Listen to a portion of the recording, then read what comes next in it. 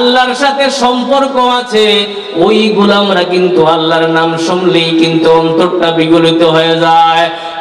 এক সময় এমন হয়ে যায় ঠিক থাকতে পারে না, বেহুশ হয়ে যায়, অনেক সময় লাফালাফি চিৎকার শুরু করে দেয়।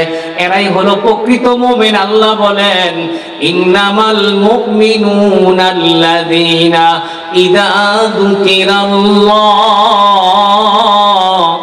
যাদের অন্তর যেই মুমিনের সামনে, যে ইমানদারের সামনে আল্লাহর নাম উচ্চারণ করলে পরে ওই ইমানদারের দিলটা ওয়াজিলাত কুলুবুহুম, তাদের কলবটা একেবারে বিগলিত হয়ে যায়।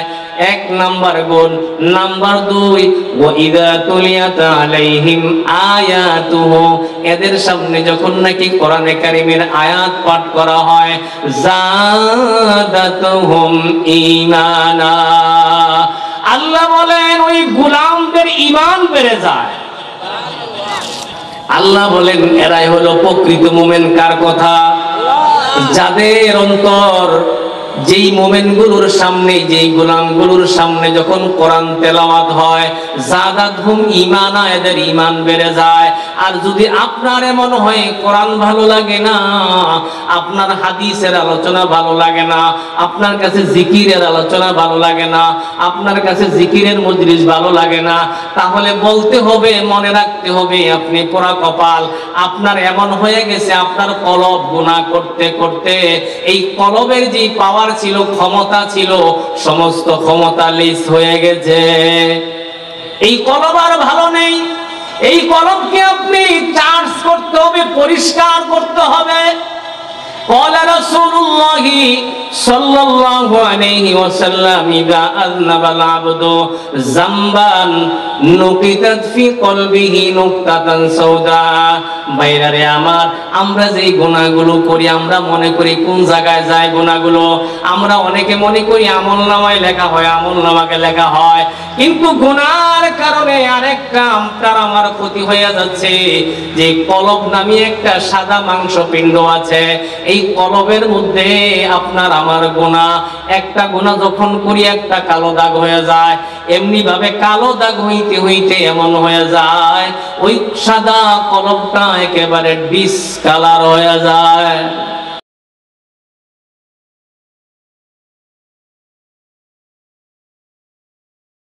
نحمده ونستعينه ونستغفره ونؤمن به ونتوكل عليه ونعوذ بالله من شرور أنفسنا ومن سيئات أعمالنا من يهده الله فلا مضل له ومن يضلله فلا هادي له ونشهد أن لا إله إلا الله وحده لا شريك له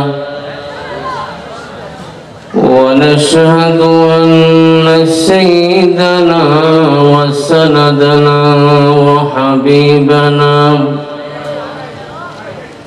وطبيبنا وطبيب قلوبنا ومولانا محمد صلى الله عليه وعلى آله وسلم تسليما كثيرا كثيرا. أما بعد فقد قال الله تعالى في كلامه المجيد وفرقانه الحميد. أعوذ بالله من الشيطان الرجيم. بسم الله الرحمن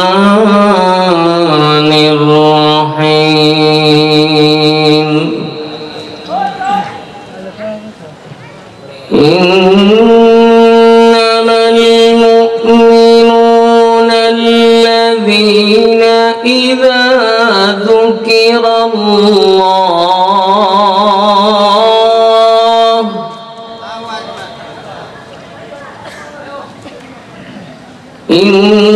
إنما المؤمنون الذين إذا ذكر الله وجلت قلوبهم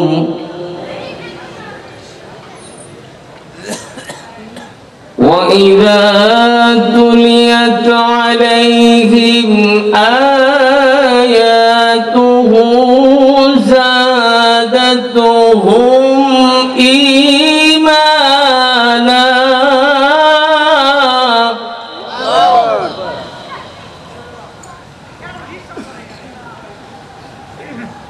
وإذا تليت عليهم آياته زادتهم إيمانا وعلى ربهم يتوكلون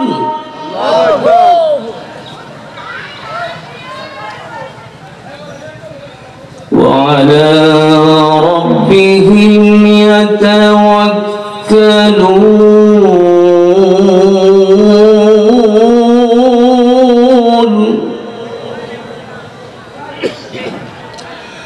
الذين يقيمون الصلاة ومما رزقناهم ينفقون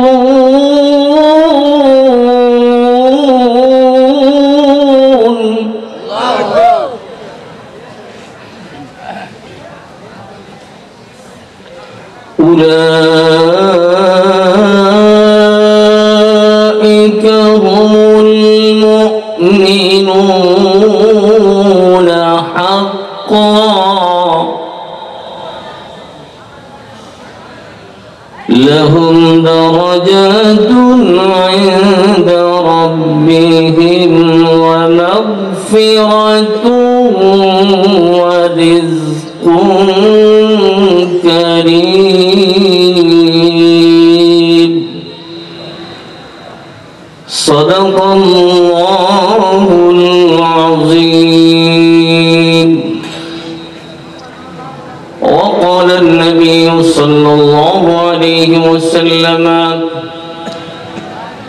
كل يدخلون الجنة إلا من أبى قيل يا رسول الله من أبى قال رسول الله صلى الله عليه وسلم من أطاعني دخل الجنة ومن عصاني فقد أبى أو كما قال عليه الصلاة والسلام. سبحانك لا علم لنا إلا ما علمتنا إنك أنت العليم الحكيم. إن الله وملائكته يصلون على النبي يا أيها الذين آمنوا صلوا عليه وسلموا تسليما. সকলে জবান খুলে দুরূদ ইব্রাহিম পড়ি আল্লাহুম্মা সাল্লি আলা মুহাম্মাদিন ওয়া আলা আলি মুহাম্মাদ কামা সাল্লাইতা আলা ইব্রাহিম ওয়া আলা আলি ইব্রাহিম ইন্নাকা হামিদুম মাজিদ. اللهم بارك على محمد وعلى آل محمد كما باركت على إبراهيم وعلى آل إبراهيم إنك حميد مجيد. بلغ العلا بكماله كشف الدجى بجماله حسنت جميع خصاله صلوا عليه وآله मानता हो आसमां में के चांद सूरज है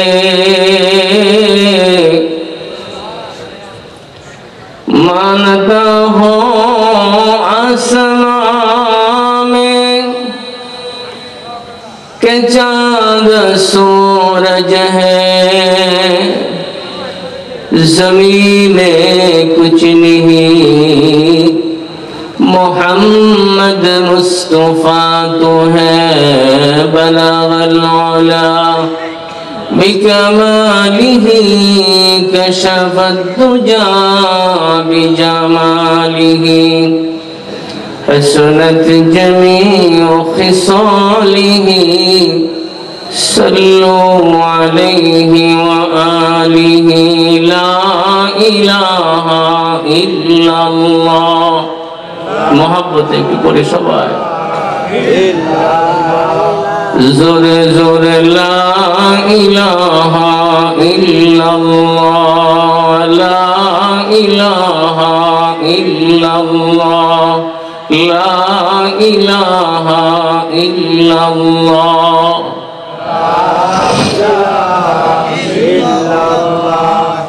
ला इलाहा इल्लल्लाह ला इलाहा पाखिर गाने गाने हावार ताने ताने ওই নামের সুর শোনা যায় হলে পাগল পাড়া লা ইলাহা ইল্লাল্লাহ লা ইলাহা লা ইলাহা ইল্লাল্লাহ লা ইলাহা লা ইলাহা ইল্লাল্লাহ মুহাম্মাদুর রাসূলুল্লাহ মুআজ্জাজ মুহতারাম অধ্যকার আয়োজিত বরকুল সিরাতুন নবী মাহফিল বাস্তবায়ন কমিটির উদ্যোগে আজকে এই ইসলামী মহাসম্মেলনের সম্মানিত সভাপতি সম্মানিত প্রধান অতিথি ওয়াজিবুল ইহতারাম হযরত উলামায়ে কেরাম আমার সামনে উপবিষ্ট ইসলাম প্রিয় কোরআন প্রিয় অত্র এলাকার ধর্মপ্রাণ মুসলমান ভাইরা আমার পর্দার আড়ালে মা ও বোনেরা রব্বে কারিমের দরবারে শুকরিয়া যে আল্লাহ আপনাকে আমাকে মেহেরবানি করে সুস্থ রেখে হায়াতকে লম্বা করে দিয়ে এই রজবের চাঁদে রমজানের মাত্র 2 মাস আগ পর্যন্ত আল্লাহ পাক হায়াতটাকে লম্বা করে দিয়েছেন আল্লাহ বৃদ্ধি করে দিয়েছেন বৃদ্ধি করার সাথে সাথে অত্র এলাকায় আজকের এই রহমতের সামিয়ানা বেহেশতের বাগানে জীবনের দামি সময়টুকু থেকে কিছু সময় কিছু ঘন্টা কিছু মিনিট পৃথিবীর শ্রেষ্ঠ বাণী কোরআন এবং হাদিসের মজলিসে বসার মতো যে রব যে মালিক আপনাকে আমাকে তৌফিক দিলেন মালিকের দরবারে আমরা অন্তরের আওয়াজে কোরআনের ভাষায় শুকরিয়া আদায় করি আলহামদুলিল্লাহ শুকরিয়া আদায় করলে আল্লাহ পাক নিয়ামত বৃদ্ধি করে দেন শুকরিয়া আদায় না করলে নিয়ামত ছিনিয়ে নেন আল্লাহর অসংখ্য অপার নিয়ামতের মধ্যে আমরা ডুবে আছি একটা নিয়ামত যখন আমার জীবন থেকে আল্লাহ বিয়োগ করে দেয় ওই সময় কিন্তু আমি বেকায়দায় পড়ে যায়, এই আল্লাহর সৃষ্টিগুলো বেকায়দায় পড়ে যায়। আপনারা দেখেন আজকে কয়দিন আসমান থেকে রৌদ্র দেয় না আল্লাহ? কয়দিন হয়েছে? মাত্র 2-3 দিন। যাই হোক, বুড়াগো অবস্থা, বেকায়দা অবস্থা, খুব খারাপ। জোয়ানরা আস্তে আস্তে আস্তে আস্তে কিন্তু আসতেছে। কত বড় নেয়ামত যে আসমানওয়ালা এই সূর্যটা দিয়ে আমাদেরকে দিচ্ছে। যদি আল্লাহ না করে, খোদা না খাস্তা, যেভাবে আমরা এইবার new year, happy new year মানে 31st নাইট যেভাবে উদযাপন করেছি, আপনারা তো শহরে নাই, আপনারা বাহিরে, শহরের যারা শহরে ছিল, যেভাবে উদযাপন হয়েছে, আল্লাহ যদি রাগ করে বলে যে আগামী 1 মাস আমি সূর্যের আলো দেব না, অবস্থাটা কি হবে একবার চিন্তা করেন। সব শেষ হয়ে যাবে, পৃথিবীর আরাম আয়েশ, আপনার বাড়ি ঘরের আরাম সব শেষ হয়ে যাবে। এই জন্য আল্লাহ পাক যে জিনিসগুলো দামি আমাদের জন্য, অক্সিজেন কত দামি, আমরা ভোগ করতেছি না? অক্সিজেন নিতেছি না আমরা? এটা কি আমরা পয়সা দিই আল্লাহকে? আল্লাহ ফ্রি সার্ভিস দিচ্ছেন। আসমানের তাপ, সূর্যের তাপ কত দামি, আল্লাহ ফ্রি সার্ভিস দিচ্ছেন। কেন? আমরা যেন আল্লাহর গোলামি করি। কার গোলামি? গোলামি করি। অক্সিজেনের কত দাম আমরা করোনার সময় বুঝেছি, ভাই বুঝি নেই? বুঝেছি। এই জন্য আমি সকলকে বলবো, পৃথিবী থাকার জায়গা না, কয়েকদিনের জন্য আসছি, আমরা চলে যাব। আমাদের আর একটা জীবন আছে, ওই জীবনের নাম, সেই জীবনের নাম হলো পরলৌকিক জীবন। সেটা আলমে বরজখের জীবন, আর সেই জীবনটা শুরু হলো কবর দিয়ে। এই জন্য আমি সকলকে বলবো, অত্র এলাকার আজকে বরকুলবাসীদেরকে বলবো, আপনারা যারা চায়ের দোকানে আছেন, অনেক বৃদ্ধ বাবারা আছেন, মেহেরবানি করে রহমতের সামিয়ানায় চলে আসুন। হতে পারে আগামীকাল আপনার আজরাইল বাড়ির দরজায় দাঁড়ায় যাইতে পারে। পারে না ভাই? আজরাইল দাঁড়াইতে পারে না? হতে পারে আপনি যদি একটা ওসিলা হয়ে যায় যে আমি কিন্তু অমুক মাহফিলে ছিলাম, কোরআন হাদিসের আলোচনায় ছিলাম, সেই উসিলা করে হতে পারে আল্লাহ পাক আপনাকে মাফ করে দিবে। সুবহানাল্লাহ। বাইজিদ মুস্তামি রহমতুল্লাহ আলাইহি ঘটনা মনে পড়ছে। উনি ইন্তেকালের পরে আল্লাহ বললেন, বাইজিদ আমার জন্য কি আনছো? কে প্রশ্ন করছে? জোরে বলেন আল্লাহ। আরো জোরে আল্লাহ। ডাক দেন, আল্লাহ খুশি হয়। আল্লাহকে একবার ডাক দিলে আল্লাহ 10 বার উত্তর দেয়। সুবহানাল্লাহ। বাইজিদ মুস্তামি রহমতুল্লাহ আলাইহি আল্লাহ প্রশ্ন করলেন, বাইজিদ তুমি আমার জন্য কি নিয়ে আসছো? তখন উনি নামাজের দিকে তাকায় দেখলেন নামাজের মধ্যে অনেক গলত আছে, রুকু সেজদা। এত বড় আল্লাহর ওলি যদি উনি আসলে নামাজ নিয়েও সংশয় মনে করেন, আমাদের নামাজগুলোর অবস্থা কি? আমরা রুকু পারি না ভালো করে, তাসবিহ হয় না, আত্তাহিয়াত হয় না, এরপরে দুরূদ শরীফ হয় না, এত দোয়ার গুরুত্ব অনেকেই জানি না। আছেন এরকম? এই নামাজ দিয়ে আমরা কিভাবে আমরা পার পেয়ে যাব? অথচ রাসূল বলেছেন, কিয়ামতের ময়দানে সর্বপ্রথম বান্দার যেটা হিসাব হবে, এটা হবে নামাজের হিসাব। বাইজিদ মুস্তামি রহমতুল্লাহ আলাইহি আল্লাহর দুয়ারে প্রশ্নের সম্মুখীন হয়ে গেলেন। আল্লাহ বললেন, বাইজিদ তুমি আমার জন্য কি নিয়ে আসছো? আল্লাহর ওলি, আল্লাহর গোলাম নামাজের দিকে তাকাইলেন, রোজার দিকে তাকাইলেন, হজগুলোর দিকে তাকাইলেন। আল্লাহর গোলাম দেখলেন যেগুলোর মধ্যে ত্রুটি বিচ্যুতি আছে সর্বোপরি আল্লাহর গোলাম সবগুলোকে বাদ দিয়ে বললেন, আল্লাহ আমি আপনার জন্য তাওহীদ নিয়ে এসেছি। একাত্মবাদের মধ্যে কোনো ঘাটতি ছিল না। আপনি যে এক, আপনি যে লা শারীক, তার মধ্যে কোনো ঘাটতি ছিল না। ভাইরারে আমার, মুমিন কাকে বলা হয়? যে ব্যক্তি সাক্ষ্য দিবে লা ইলাহা ইল্লাল্লাহু মুহাম্মাদুর রাসূলুল্লাহ, আল্লাহ ছাড়া কোনো ইলাহ নাই, হযরত মুহাম্মদুর রাসূলুল্লাহ সাল্লাল্লাহু আলাইহি ওয়াসাল্লাম আল্লাহ তাআলার রাসূল এবং বান্দা। এই কথাটার ইয়াকিনের বিশ্বাস যদি অন্তরের মধ্যে চলে আসে, এই কথাটার ইয়াকিন যদি অন্তরে চলে আসে, ওই লোকটা মুমিন হয়ে যায়। আজকে আমি আপনাদের সামনে সূরা আনফালের কয়েকটি আয়াত পড়েছি। এই আয়াতগুলোর মধ্যে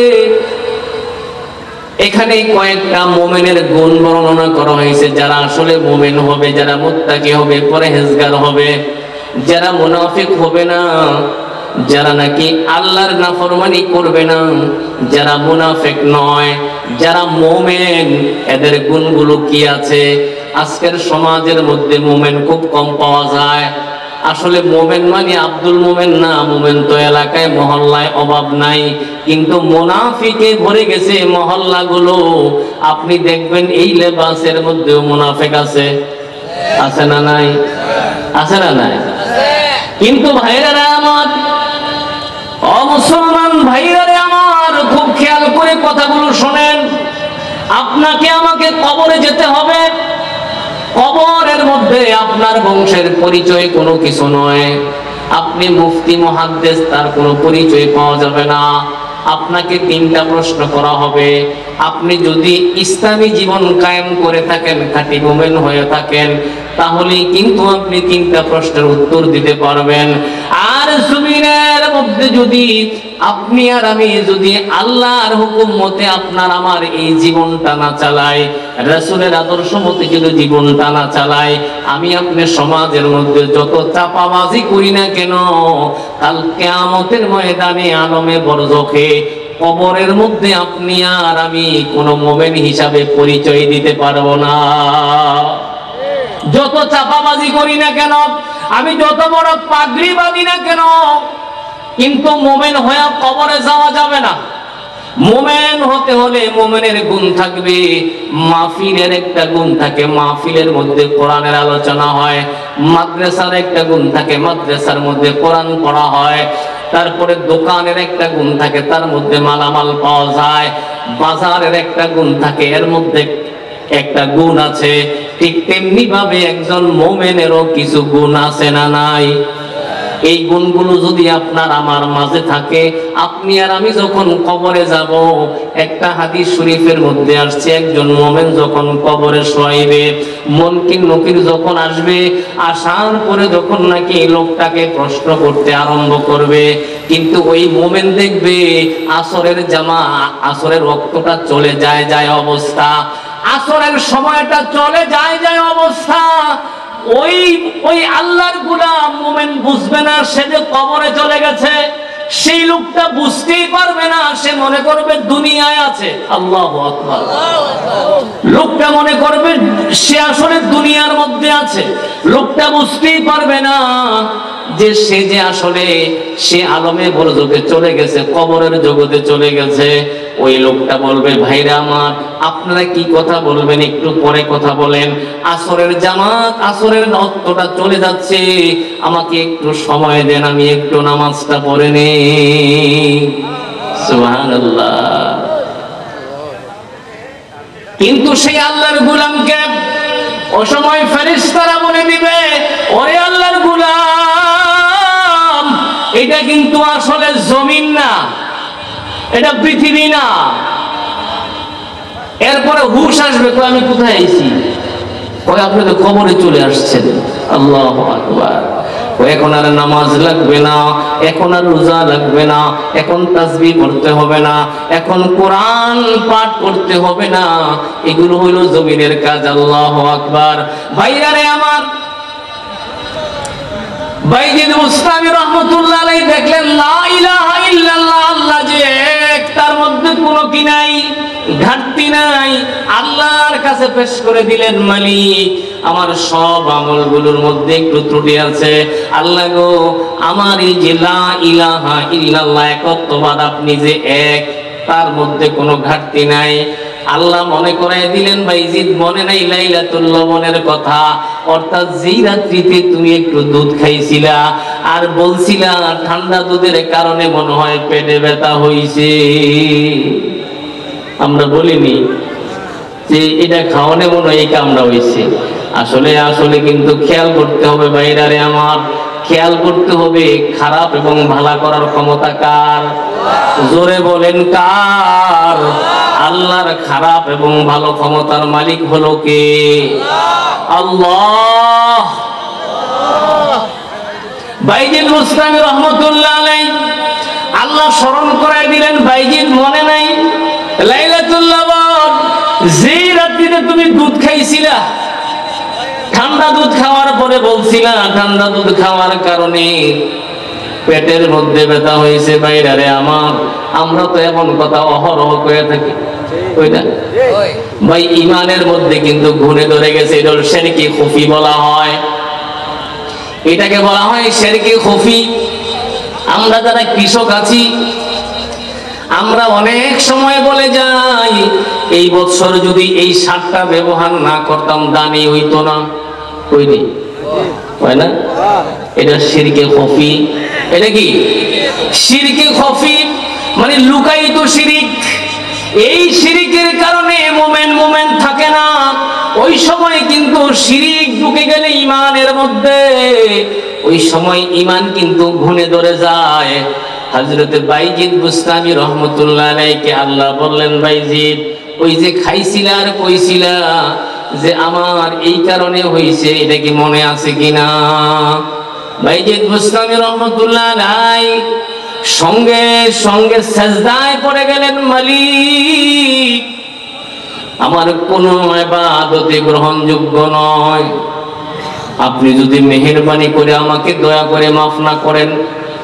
ওই সময় আল্লাহ বাইজিদ বুস্তামি রাহমাতুল্লাহ আলাইহি ডাক দিয়ে বলে, বাইজিদ একটা আমল আমার কাছে খুব পছন্দ হয়েছিল, সেই আমলটার কথা তোমার মনে নাই?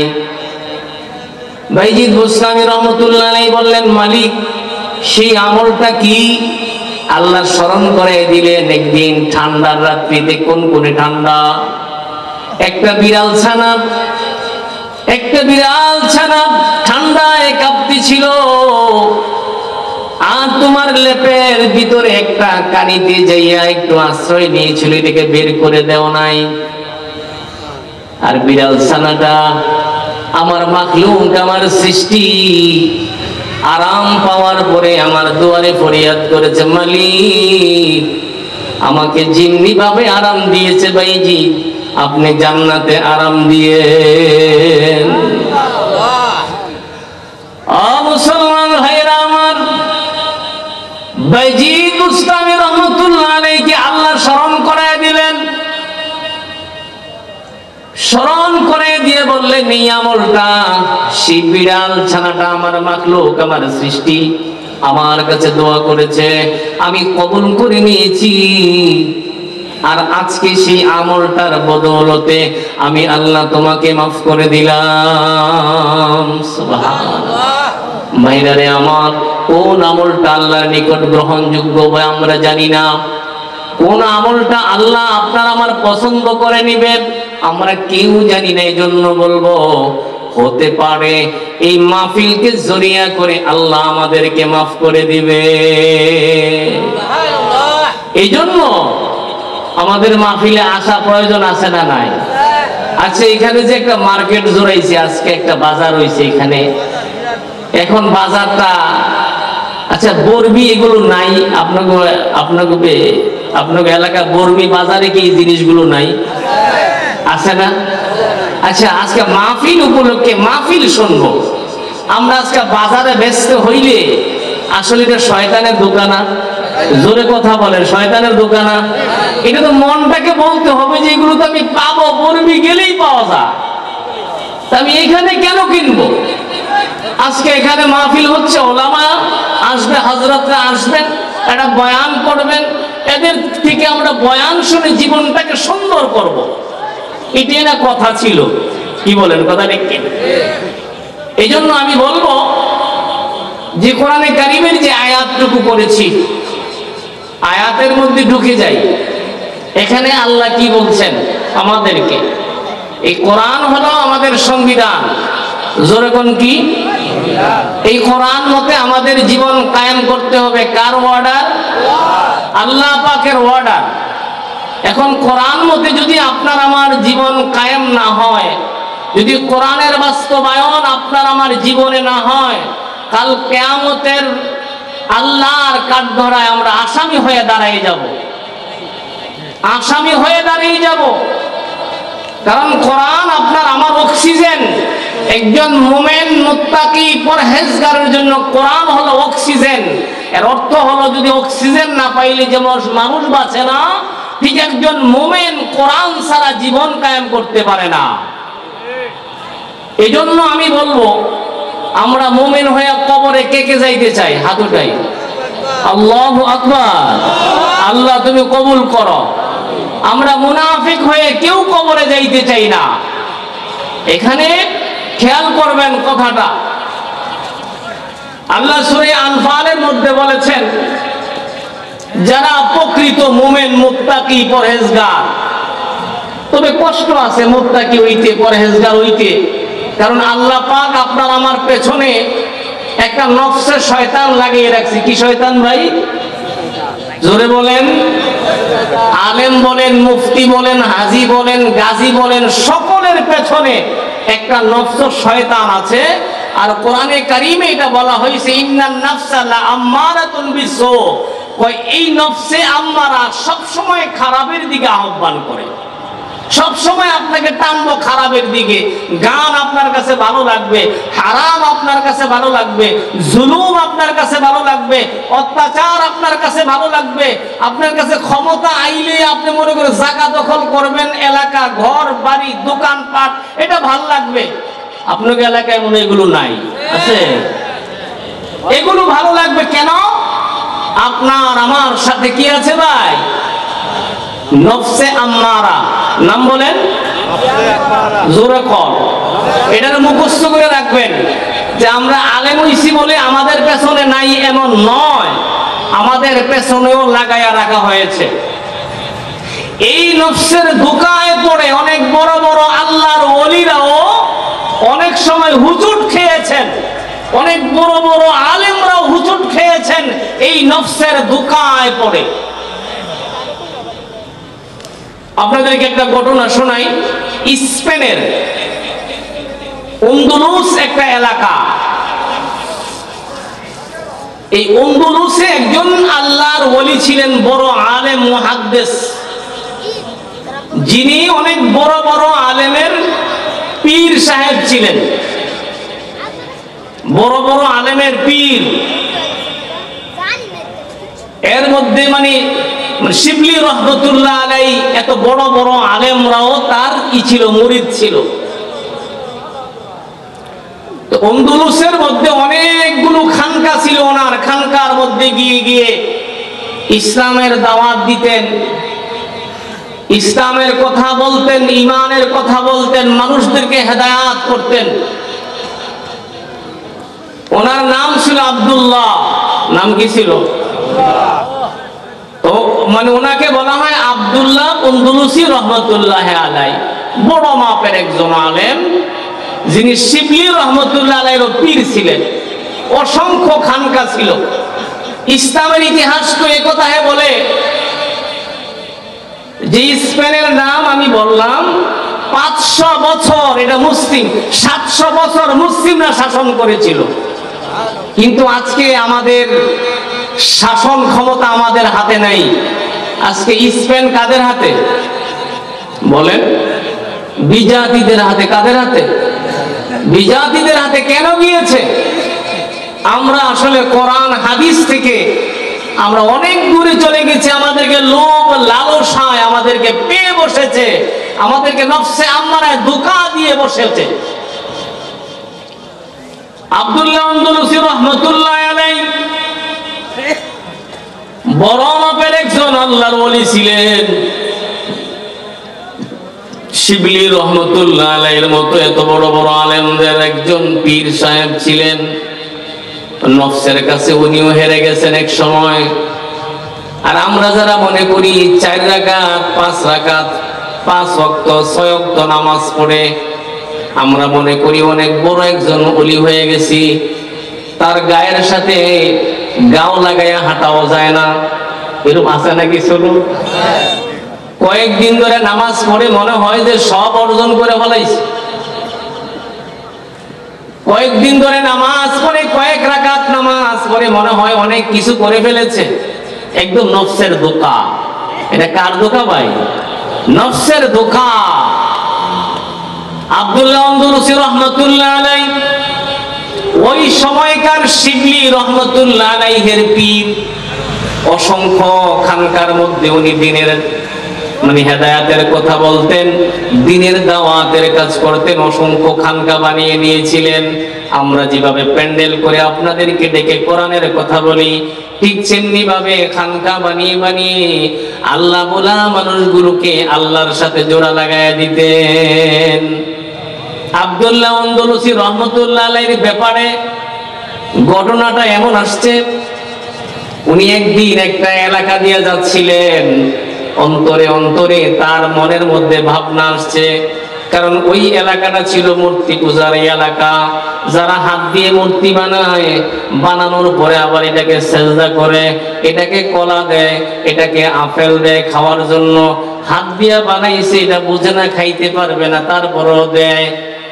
আব্দুল্লাহ আন্দলুসি রহমতুল্লাহ আলাইহি উনি এই কথাটা চিন্তা করলেন যে এত বড় বোকা হয় কিভাবে মানুষ। এই কথাটা যখন তার মনের মধ্যে আসছে, আল্লাহ পরীক্ষায় ফেলে দিলেন। আব্দুল্লাহ আন্দলুসি রহমতুল্লাহ আলাইহিকে পরীক্ষায় ফেলে দিলেন। এক সময় উনি বড় জামাত নিয়ে, ওনার মুরিদদেরকে নিয়ে ওইখানে শিবলি রহমতুল্লাহ আলাইহির মতো বড় বড় মুরিদরা ছিলেন, এদেরকে নিয়ে রওনা করছেন। একটা এলাকার মধ্যে যাওয়ার পথে এক জায়গায় একটা রমণী, খুব সুন্দরী রমণী দেখলেন। সেই রমণীটা হলো খ্রিস্টান। আর সেই রমণীটা এত যে সুন্দর, আব্দুল্লাহ আন্দলুসি রহমতুল্লাহ আলাইহির নজর লেগে গেছে। আব্দুল্লাহ আন্দলুসি রহমতুল্লাহ আলাইহির নজর লেগে গেছে। আব্দুল্লাহ আন্দলুসি রহমতুল্লাহ আলাইহি তার দল বলকে বললেন, বাবারা এখন চলে যাও, আমি আর তোমাদের সাথে আমি সফরে যাব না, আমি এই মেয়েটাকে বিয়ে করব। ওই সময় শিবলি রহমতুল্লাহ আলাইহির মতো বড় বড় আলেমরা, তার মুরিদ ছিল, ওই সময় হুজুরকে অনেক বুঝাইছে, হুজুর আপনার জন্য এটা ঠিক হবে না, এই মেয়েটা হলো খ্রিস্টান মেয়ে, আপনি বিবাহ কিভাবে করবেন, আপনি বিবাহ কিভাবে করবেন? কিন্তু আসলে বুঝতে রাজি হলো না। নফস কিন্তু ঘুরিয়ে দিয়েছে। আল্লাহর পরীক্ষার মধ্যে পড়ে গেছে আব্দুল্লাহ আন্দলুসি রহমতুল্লাহ আলাইহি। এত বড় আলেম, উনি হাফেজে হাদিস ছিলেন, বলেন সুবহানাল্লাহ। হাফেজে হাদিস, হাফেজে কোরআন তো ছিলেনই, উনি হাফেজে হাদিস ছিলেন আব্দুল্লাহ আন্দলুসি রহমতুল্লাহ আলাইহি। এখন তার মুরিদগুলো চলে গেল, আর এদিকে আব্দুল্লাহ আন্দলুসি রহমতুল্লাহ আলাইহি ওই মেয়েটাকে, যেই মেয়েটা তার নজরে পড়ে গেছে, ওই মেয়েটার বাবার কাছে গেছে, গিয়ে বললেন, আপনার মেয়েকে আমি বিয়ে করতে চাই। ওই বাবা ওই সময় শর্ত লাগিয়ে দিলেন, আমার মেয়ে যদি বিয়ে করতে হয় তাহলে আপনি 1 বছর শুকুর চড়াইতে হবে। নাউজুবিল্লাহ কইবেন না? শুকুর কি ভালো জিনিস না খারাপ? এটা সম্পূর্ণটাই নাপাক। সম্পূর্ণটা কি নাপাক। আব্দুল্লাহ আন্দলুসি রহমতুল্লাহ আলাইহি উনি রাজি হয়ে গেলেন, আমি রাজি। বিয়ে হয়ে গেল। আব্দুল্লাহ আন্দলুসি রহমতুল্লাহ আলাইহি এখন তার শর্ত অনুযায়ী শুকুর চড়ায়। নাউজুবিল্লাহ। কত বড় হাফেজে হাদিস, কত বড় আলেম আব্দুল্লাহ আন্দলুসি রহমতুল্লাহ আলাইহি। ওনার কাজে উনি ব্যস্ত, 1 বছর হয়ে যাচ্ছে। আর এদিকে তার মুরিদরা, পীর সাহেব নাই, বড় বড় আলেম তারা চিন্তা করলো পীর সাহেবের একটু খবরাদি লওয়া দরকার। হুজুর তো আসলো না আমাদের সাথে, মেয়েটাকে বিয়ে করলো, দেখি কি অবস্থা। শিবলি রহমতুল্লাহ আলাইহি খোঁজ করতে করতে আস্তে আস্তে যাইয়া হুজুর রে পাইছে। হুজুর একটা লাঠির মধ্যে ভর দিয়ে ওই জায়গার মধ্যে মাঠের মধ্যে শুকর চড়ায়। আস্তে আস্তে করে গেছে। হুজুর আসসালামু আলাইকুম। হুজুর আমি শিবলি। হুজুর আপনি কেমন আছেন? ওই সময় আব্দুল্লাহ আন্দলুসি রহমতুল্লাহ আলাইহি উত্তর দেয়, আমার অবস্থা হলো এটা। অবস্থাটা তুমি তো অবশ্যই দেখতে পারছো। ওই সময় শিবলি রহমতুল্লাহ আলাইহি বললেন, হুজুর আপনি তো হাফেজে হাদিস ছিলেন, আপনার কি হাদিস মুখস্থ আছে? আমি সব ভুলে গেছি। নাউজুবিল্লাহ। আপনি তো হাফেজে কোরআন। আমি সব ভুলে গেছি, কোরআনে কারীমের সব আমি ভুলে গেছি। আব্দুল্লাহ আন্দলুসি রহমতুল্লাহ আলাইহি যখন এই কথাগুলো বললেন, শিবলি রহমতুল্লাহ আলাইহি জারজার করে কান্না শুরু করে দিলেন। মালিকের দুয়ারে দোয়া করতে শুরু করলেন, মালিক আপনি কোন পরীক্ষায় ফালাইলেন আমাদের এই পীর সাহেবকে? কোন পরীক্ষার মধ্যে আপনি ফালাইলেন জানি না। এদিকে শিবলি রহমতুল্লাহ আলাইহির কান্না দেখে আব্দুল্লাহ আন্দলুসি রহমতুল্লাহ আলাইহির মনের মধ্যে চাবিটা ঘুরে গেছে। আল্লাহু আকবার।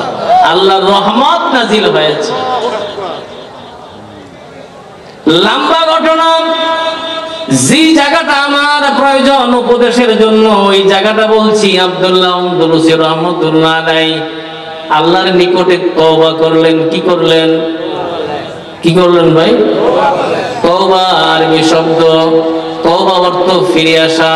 একটা গোলাম যখন গুনাহ করে আল্লাহ থেকে দূরে সরে যায়, আল্লাহর সম্পর্ক আস্তে আস্তে করে দূরে চলে যায়। একটা গুনাহ করে একটু দূরে যায়, আরেকটা গুনাহ করে একটু দূরে যায়, এভাবে কিন্তু বান্দা থেকে আল্লাহর সম্পর্ক অনেক দূরে চলে যায়। ভাইরা রে আমার, আমরা সূরা ফাতিহার মধ্যে সব সময় বলে থাকি ইয়্যাকা না'বুদু ওয়া ইয়্যাকা নাস্তাঈন। আমরা কি বলি? আল্লাহ আমরা তোমার ইবাদত করি, তোমার কাছে আমরা সাহায্য চাই। এখন কার কাছে সাহায্য চাইবো? আল্লাহ তো বান্দা থেকে দূরে গুনার কারণে। আর যখন নাকি বান্দা অনুতপ্ত হয়ে যায়, বান্দা যখন নাকি গুনার কথাগুলো মনে করে, 2 রাকাত নামাজ পড়ে যখন সিজদার মধ্যে যায় আর চোখ দিয়ে পানি পড়ে আর বলে সুবহান রাব্বিয়াল আলা, আল্লাহর রহমতের দরিয়ার মধ্যে ঢেউ এসে যায়। আল্লাহ ওই সময় বান্দাকে রহমতের কোলে তুলে নেয়। আল্লাহ বলে, বান্দা তুই 80 বছর গুনাহ করেছ, আমি আল্লাহ গুনাহগুলো মাফ করে দিলাম। ভাইরা রে আমার, আব্দুল্লাহ আন্দলুসি রহমতুল্লাহ আলাইহি তওবা করে ফেললেন। আল্লাহ আমি নফসের দোকায় ভুল করে ফেলেছি, আল্লাহ গো আপনি আমাকে মেহেরবানি করে মাফ করে দেন। তওবার মতো যদি তওবা করা যায় আল্লাহ কিন্তু সব গুনাহ মাফ করে দেয়। আমাদের গুনাহ আছে না নাই? ভাই কার কার গুনাহ নাই হাত উঠান। সবার গুনাহ হলো আমরা। তাহলে কি করতে হইব? তুবু ইলাল্লাহ তাওবাতান নাসুহা। আল্লাহ কোরআনে কারীমের মধ্যে অন্যত্র বলেছেন, কুল্লিয়া ইবাদিয়াল্লাযী আসরাফু আলা আনফুসিহিম লা তাকুনাতু মির রাহমাতিল্লাহ ইন্নাল্লাহা ইয়াগফিরুয যুনুবা জামিআ। আল্লাহ বলেন, হে নবী আপনি আমার বান্দাদেরকে বলে দেন যারা ইসরাফ করেছে, যারা নাকি অতিরঞ্জিত করেছে, আল্লাহ ইবাদ বলে ডাক দিয়েছে। কুল ইয়া ইবাদ। আল্লাহ এই কথা বলেন না ইয়া মুজরিমিন, গুনাহগারও বলেন নাই, আল্লাহ ইবাদ বলেছে। ইবাদ বলা হয় হলো যার মধ্যে রূহ আছে এবং দেহ আছে। আমরা বান্দা বলি, আল্লাহ বলেছে ইবাদি, আমার বান্দারা। আল্লাহ প্রিয় কত আদর করে ডাক দিয়েছে আমার বান্দারা যারা গুনাহ করছে। আমরা যারা গুনাহগার আছি ভাইরা রে আমার, এই জমিন থাকার জায়গা না, কেউ থাকতেও পারে নাই।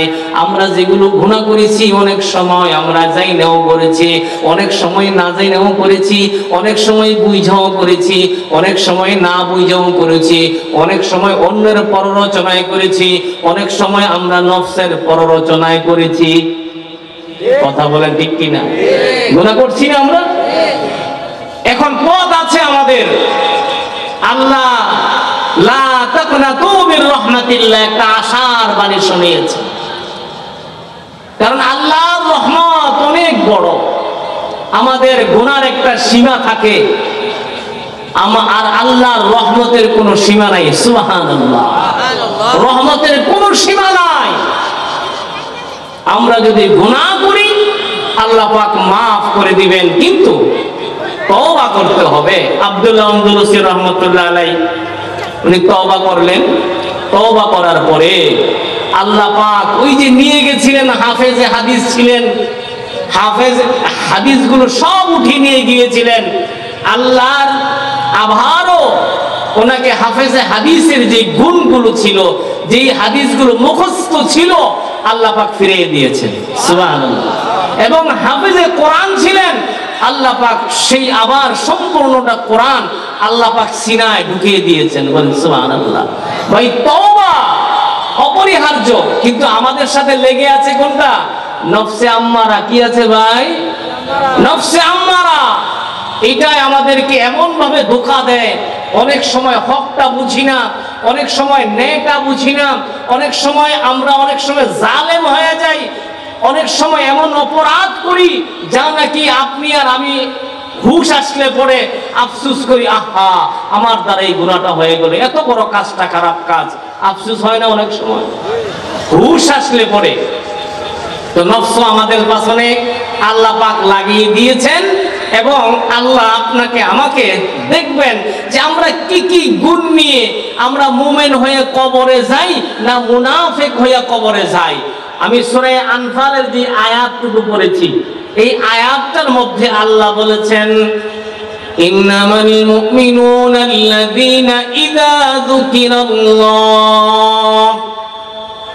ওই যারা প্রকৃত মুমিন হবে এদের সামনে যখন নাকি আমি আল্লাহর নাম নেওয়া হবে, আমি আল্লাহর নাম এদের অন্তরে আসবে, আওয়াজটা, অন্তরটা ওয়াজিলাত কুলুবুহুম, অন্তরটা বিগলিত হয়ে যাবে, অন্তরটা একদম প্রকম্পিত হয়ে যাবে। আল্লাহর নাম আসলে যাদের অন্তর মানে বিগলিত হয়, নরম হয়, এরপরে একটা কম্পন সৃষ্টি হয়, এরা বুঝবেন যে আপনার ঈমান আছে। বুঝছেন কথাটা? সোজা কথা। আর আমরা যারা ঈমানের দাবি করি, খুদা খালি বুয়া বাট্টি চাপা বাজিয়া ছাড়া কিছু না। আল্লাহ কোরআনে বলেছেন, যারা মুমিন এদের সামনে যখন নাকি কোরআনে কারীম অথবা আল্লাহ তাআলার নাম উচ্চারণ হয়, তাদের অন্তরটা বিগলিত হয়ে যায়, নরম হয়ে যায়, প্রকম্পিত হয়ে যায়, কাঁপতে শুরু করে। এই জন্য দেখা যায় আল্লাহর ওলিদের বয়ানের মধ্যে এমন কিছু মানুষ আছে মানে যাদের অন্তরটা একেবারে গুনাহ থেকে মুক্ত। আল্লাহর নাম যখন তাদের সামনে উচ্চারণ করা হয়, সাথে সাথে ওই লোকটা চিৎকার দিয়া ওঠে। আছে না নাই?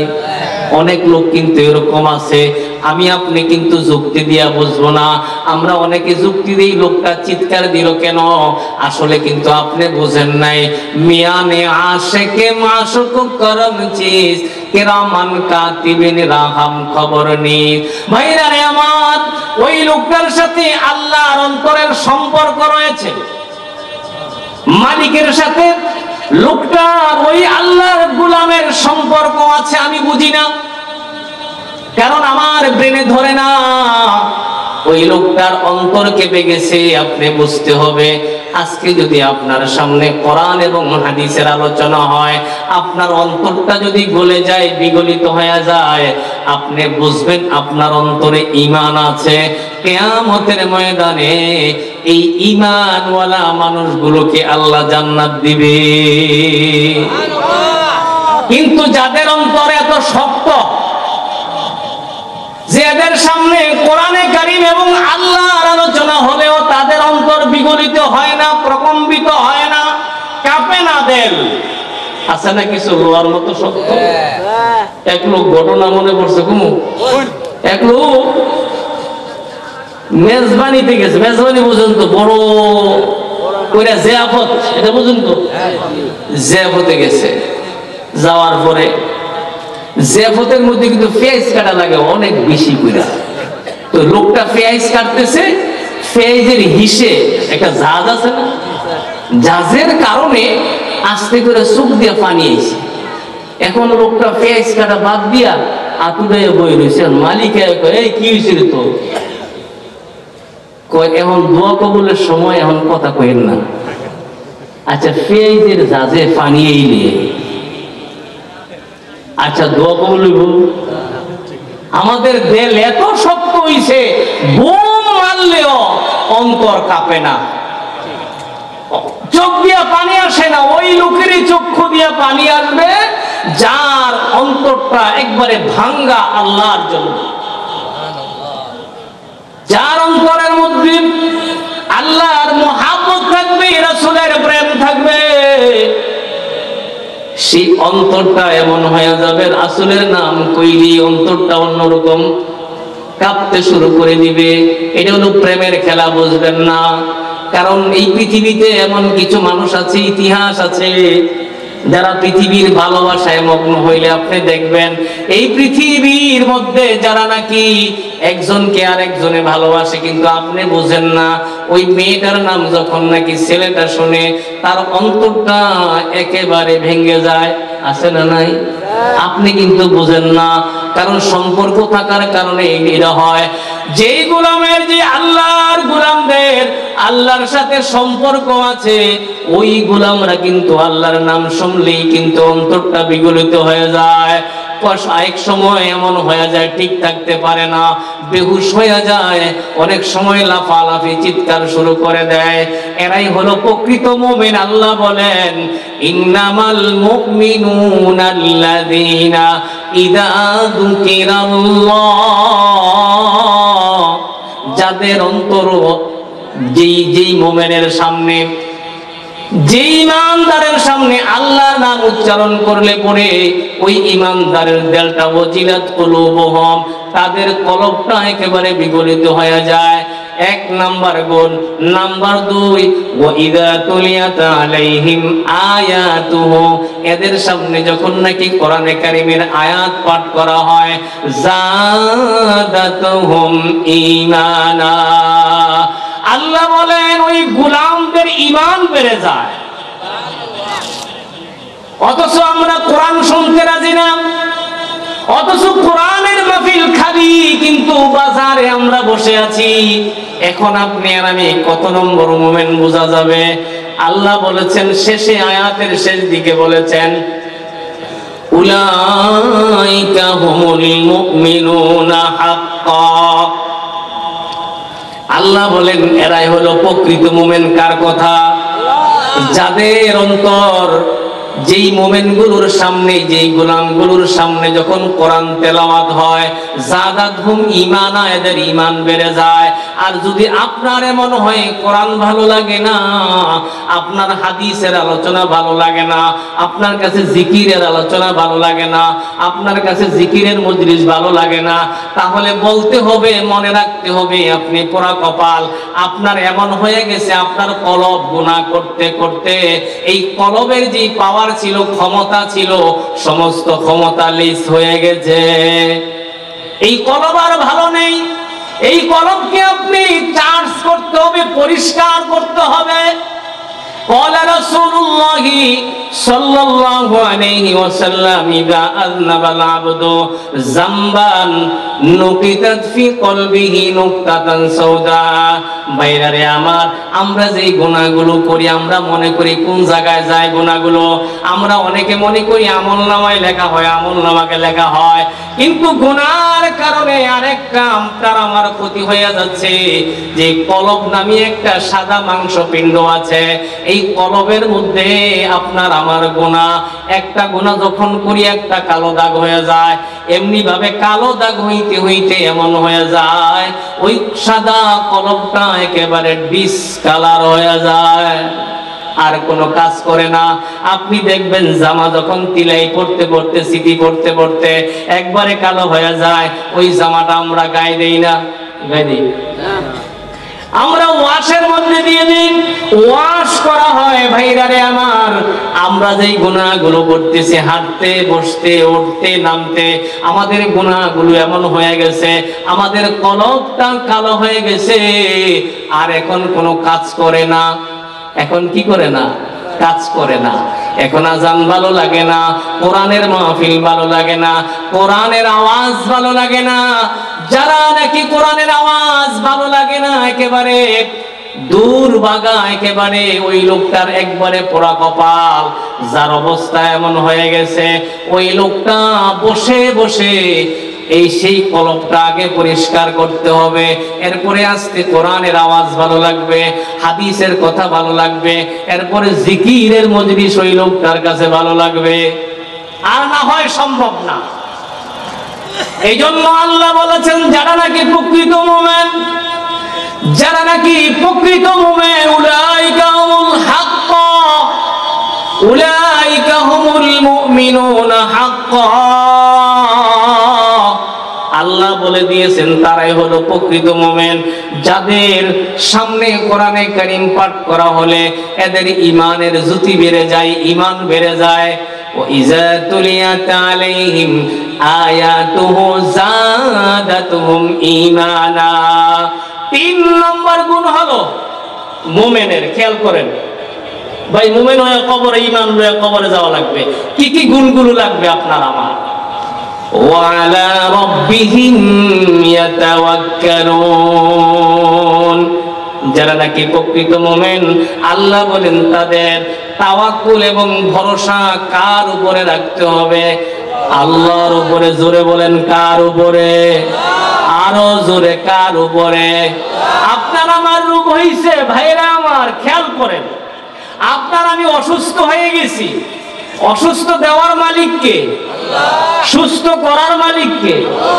আমার প্রথমে করতে হবে কি? আমি যদি অসুস্থ হয়ে যাই, অসুস্থতাও নেয়ামত। অসুস্থ কি? এখন আপনি আর আমি দোয়া করতে হবে এইভাবে আল্লাহর কাছে, আল্লাহ অসুস্থতাও আপনার নেয়ামত, সুস্থতাও আপনারই নেয়ামত। আল্লাহ গো, আপনি মেহেরবানি করে আমারে সুস্থ নেয়ামত প্রদান করেন। এইভাবে দোয়া করবেন। ভাই কিভাবে দোয়া করতে হবে খেয়াল করে যাবেন, খেয়াল করে। ওয়ালা রাব্বিহিম ইয়াতাওয়াক্কালুন। প্রকৃত মুমিনরা কার উপরে ভরসা করে? অসুস্থ হইলেই পরেই কিন্তু অস্থির হয়ে যাবেন না পৃথিবীর আসবাব ব্যবহার করার জন্য। এই পৃথিবীর আসবাব আমার জন্য দেওয়া হয়েছে, আমি ব্যবহার করব, ঠিক আছে, কিন্তু আল্লাহর উপরে ভরসা রাখতে হবে, পূর্ণ আস্থা। কারণ ওষুধের কোনো ক্ষমতা নেই ভালো করার জন্য, আছে? কারণ আমি যদি মনে করি ওষুধ আমাকে ভালো করবে, ডাক্তার আমাকে ভালো করবে, তাহলেই কিন্তু আমার ঈমানের মধ্যে খতরা চলে আসবে, শিরকে কুফরি আসবে। তবে আমি ব্যবহার করব, নিয়ত থাকবে এগুলো সুন্নাত, আল্লাহর উপরে ভরসা করতে হবে। ভাইরারে আমার, খুব খেয়াল করেন, এই পৃথিবীতে আপনার আমার প্রয়োজন বেশি হলো রিজিকের। আমরা রিজিকের জন্য বেকার, আমরা বাড়ি বানানোর জন্য বেকার, গাড়ি বানানোর জন্য বেকার হয়ে যায়। হালাল নাই, হারাম নাই, আমরা সবগুলোকে একসাথে মিক্স করে আমরা কিন্তু খাওয়া শুরু করি। ডান দিকে পাইলেও খাই, বাম দিকে পাইলেও খাই, আসেনি কিছু লোক সমাজে? ডানেও খায়, বামেও খায়, খাওয়ার খা। আসলে কি খাইলো এই একবারও চিন্তা করে না, এই কথাটা একবারও চিন্তা করে না। মুমিনের রিজিক তো আল্লাহ দিবে। আল্লাহ বলছেন ওয়াফিস সামাই রিজকুকুম। এই ইয়াকিন যদি কোনো মুমিন আনতে পারে, আসমান থেকেই আমার রিজিকটা আসবে। একটু লক্ষ্য করে খেয়াল করেন, আমরা মানুষ আশরাফুল মাখলুকাত, রিজিকের জন্য বেকারার, হালাল নাই হারাম নাই, সুদ নাই ঘুষ নাই, তারপরে আমরা এখন ব্যাংক নাই কিস্তি নাই, সব আমরা সমানে করতেছি, আছে না নাই? খালি খাওয়ার জন্য আর বাড়ি বানানোর জন্য। এই যে কিস্তি আনেন ব্যাংক থেকে যে আনতেছেন, এটি হালাল না হারাম? জোরে কর। আমরা করতেছি না এরকম? কিন্তু আবার আপনি দেখবেন মসজিদের সামনের কাতারে এই লোকগুলো আসেনি এরকম, আবার নামাজও পড়ে আবার রোজাও রাখে, আসেনি এরকম? কিছু লাভ হবে না। ওয়ালা রাব্বিহিম ইয়াতাওয়াক্কালুন, রিজিকের ব্যাপারে আল্লাহর উপরে ভরসা। আল্লাহ, আপনি দেখেন একটা পাখি, একটা চড়ুই পাখি, একটা বাজ পাখি, একটা কাক পাখি, এদের জায়গা জমিন ইন্ডাস্ট্রি এই এলাকায় ভরা নাকি? এলাকায় ভরে ধুইছে নাকি কাকেরা ইন্ডাস্ট্রি করে? একটা কুকুরের অনেকগুলো জায়গা জমিন মনে এলাকায় আছে, আছে? আচ্ছা, একটা পাখি যদি সকাল বেলা বের হয়, তার কোনো চালান নাই, ভরসা কার উপরে? ঘর থেকে বের হয়ে গেছে, বের হয়ে আল্লাহর উপরে ভরসা, আল্লাহর উপরে ভরসা করে বের হয়ে গেছে ওই পাখিটা।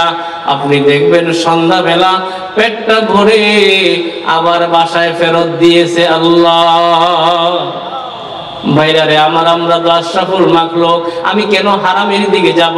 আমি কেন ব্যাংক থেকে লোন নেব খালি বাড়ি বানানোর জন্য, আরাম করার জন্য? ভাইরারে আমার, একটু খেয়াল করেন, একটু খেয়াল করেন, একটু ধ্যান করেন। এই পৃথিবী থেকে আমরা কয়েকদিন পরে চলে যাব, মাটি আমাদেরকে গ্রাস করবে। কেন করতেছি এগুলো? এই কয়েকদিন খাওয়ার জন্য? এটা তো মুমিনের কাজ না। এটা ঘটনা মনে পড়েছে, বলবো? আব্দুল্লাহ ইবনে মুবারক, হাফেজে হাদিস, ইমাম বুখারী রহমতুল্লাহ আলাইহির উস্তাদ। কার উস্তাদ? ইমাম বুখারীর উস্তাদ। ইমাম বুখারী রহমতুল্লাহ উস্তাদ, উনি আব্দুল্লাহ ইবনে মুবারক বর্ণনা করেন, আমি একদিন হজের সফরে রওনা করলাম। ভাই, আপনাকে কষ্ট হইব?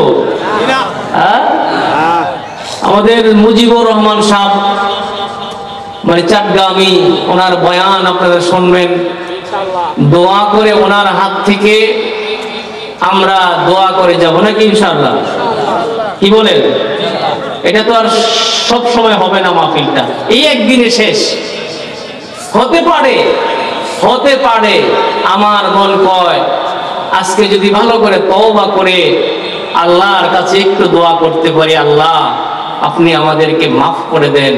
আল্লাহ কি মাফ করবেন না? মাফ করাইয়া যাবেন গুনাহগুলো। রাজি আছেন সবাই? আজকে থেকে তওবা করবেন। যারা আজকে খাওয়ার জন্য, পড়ার জন্য হারাম করছেন, ভাই কার জন্য করছেন? কার জন্য? আজকে আপনি ব্যাংক থেকে লোন নিয়ে বিল্ডিং বানাইলেন, এখন বিল্ডিং এর ছেলেরা থাকবো, আপনি কবরে মানে শুয়া শুয়া আপনি বোনাস আযাব গুলো ভোগ করবেন, আর আপনার পোলা সেই ফ্ল্যাটের মধ্যে আমোদ ফুর্তি করব। এটা কি মনে নাই আপনাদের? জানেন না? অথচ আপনি করে গেছেন, আযাব ভোগ করবেন আপনি। আর মুস করবো কে? আপনার ছেলে। মুস করবো কে? আপনার ছেলে। এর চেয়ে বড় বেকুবার আছে যে আমাকে আমি ক্ষতি করলাম? আব্দুল্লাহ ইবনে মুবারক রাহমাতুল্লাহি আলাইহি হজের সফরে রওনা হয়েছেন। উনি বর্ণনা করেন, আমি আমার কাফেলা নিয়ে আমি হজের দিকে রওনা করলাম। এখন তো প্লেন আছে, আগে তো প্লেন ছিল না, অনেকে পায়দল যেতেন। উনি বলেন আমি মরুভূমিতে হাঁটতেছি হাঁটতেছি আমার কাফেলা নিয়ে, হঠাৎ করে আমার চক্ষুটা একটা কাকের দিকে চলে গেল। একটা কাক একটু পর পর এক জায়গায় যায়, আবার ওই জায়গা থেকে আসে, আবার ওই জায়গায় যায়, আবার ওই জায়গায় থেকে আসে। আমার অন্তরের মধ্যে একটা কৌতূহল সৃষ্টি হলো যে এখানে আসলে কাকটা কেন যায় আর আসে। আব্দুল্লাহ ইবনে মুবারক রাহমাতুল্লাহ আলাইহি বর্ণনা করেন, আমি আস্তে আস্তে করে আমি ওই জায়গার মধ্যে গেলাম, যাইয়া দেখি একটা যুবকের হাত পাগুলো বাঁধা, যুবকের হাত পাগুলো বাঁধা, যুবক পড়ে আছে। আমি জিজ্ঞাসা করলাম, যুবক কি হয়েছে আমাকে বলো। ওই হুজুর, আমিও কিন্তু হজের সফরে রওনা হয়েছিলাম, আমিও কিন্তু হজের দিকে যাচ্ছিলাম, আমার এই ডাকাত দলেরা ধরে ফেলেছে, আমার সব মাল সামানা নিয়ে গেছে, হাত পাগুলো বেঁধে দিয়েছে। আজকে 1 সপ্তাহ হয়ে যায়, 1 সপ্তাহ পর্যন্ত আমি মালিককে ডাকি, কাকে ডাকি? সেই মরুভূমির মধ্যে এখানে মানুষ আসার সম্ভাবনা নাই। আমি যখন বুঝতে পারলাম, যুবক বলে, হুজুর আমি যখন বুঝতে পারলাম যে এই মরুভূমির মধ্যে কোনো মানুষ আর আসবে না, আমার এইখানে মরণ হয়ে যাবে যদি আমার আল্লাহ না বাঁচায়, আমার হাত পাও গুলো বাঁধা, আমাকে কে খানা দিবে? আমি মালিককে 1 সপ্তাহ পর ডাকলাম, মালিক গো, এই মরুভূমির মধ্যে কেউ আসার মতো কোনো সম্ভাবনা নাই। ও মালিক, তুমি যদি আমাকে দয়া না করো, আমাকে রিজিকের ব্যবস্থা না করো, আমার জীবনটা যদি তুমি না বাঁচাও, আর কেউ বাঁচাইতে পারবে না। কেমন তাওয়াক্কুলটা করেছে আল্লাহর উপরে, খুব খেয়াল করেন কথাটা। আব্দুল্লাহ ইবনে মুবারক বলে, কয় তারপরে কি হইছে? কয় 1 সপ্তাহ ডাকার পরে আল্লাহ পাক আমার ডাক শুনেছে। আল্লাহ একটা কাক নিযুক্ত করেছে, একটা কাক একটা রুটি আনে আমার মুখে দিয়ে যায়, আবার একটু পরে গিয়ে একটু পানি আনে আমার মুখে দেয়। কোন তাওয়াক্কুল বড় খোদা হর সুবহে শাম, কোন তাওয়াক্কুল বড় খোদা हर सुबह शाम, मेरा सानद रिज़्क़े तू अज़ला मुक़ाम, मेरा सानद रिज़्क़े तू अज़ला मुक़ाम। ভাইরারে আমার, আমরা কিন্তু তাওয়াক্কুল করতে পারি না। একটু দেখেন তাওয়াক্কুল করে, কারণ আমরা আল্লাহর কাছে ফিরতে হবে, আল্লাহর কাছে আমাদেরকে যেতে হবে। যদি পেটটার মধ্যে হারাম ভক্ষণ করে যায়, আল্লাহ কোরআনে বলেছে ফি বুতুনিহি নারা, কয় তাদের অন্তরে, তাদের পেটের মধ্যে শুধু আগুন। কি ভাই? ফি বুতুনিহি নারা, তাদের অন্তরে, তাদের পেটের মধ্যে শুধু আগুন। এই আগুন নিয়ে যদি আমরা কবর দেশে যাই, আল্লাহর দুয়ারে যাই, কোনো জবাব দেওয়া যাবে না। এজন্য আমি পায়ে ধরি মুসলমান ভাইরারে আমার, অনেকে আছেন আপনারা সচ্ছল, কিন্তু আরো সচ্ছল হওয়ার জন্য একতলা বিল্ডিং আছে 5 তলা বানানোর জন্য আপনি ব্যাংক লোন করেছেন, এটা তো হারাম করেছেন। এইগুলো দিয়ে যদি ইট আর রড আর বালু কিনেন, ওই জায়গাটা বানাবেন, সেই জায়গাটাও হারাম। ওই জায়গার মধ্যে নামাজ পড়লে কবুল হবে না, ওই বিল্ডিং এ নামাজ পড়লেও কবুল হবে না, চারদিকে হারাম। আমার কথা বুঝতে পারছেন? কিন্তু আপনি বানায় গেলেন, কিন্তু আপনি কয়েকদিন টাকার পরে চলে গেলেন, কিন্তু ভাইরারে আমার একেবারে কপালটা পুড়লেন। তার কারণ হলো এই বিল্ডিং বানানোর গুনাহ কিন্তু ছেলে নিবে না, আপনার মেয়ে নিবে না, এই সবটা আযাব আপনি আর আমি ভোগ করতে হবে। আব্দুল্লাহ ইবনে মুবারক বলেন, আমি যুবককে বললাম, যুবক তুমি এখন হজে যাবে? কয় হ্যাঁ হুজুর, আমি হজে যাব। অথচ ওই লোকটার খাওয়ারও ব্যবস্থা ছিল না। ভাই কে করেছে? জোরে বলেন, আল্লাহ করেছে। ওই লোকটা হজেরও ব্যবস্থা ছিল না, আল্লাহ করে দিয়েছে।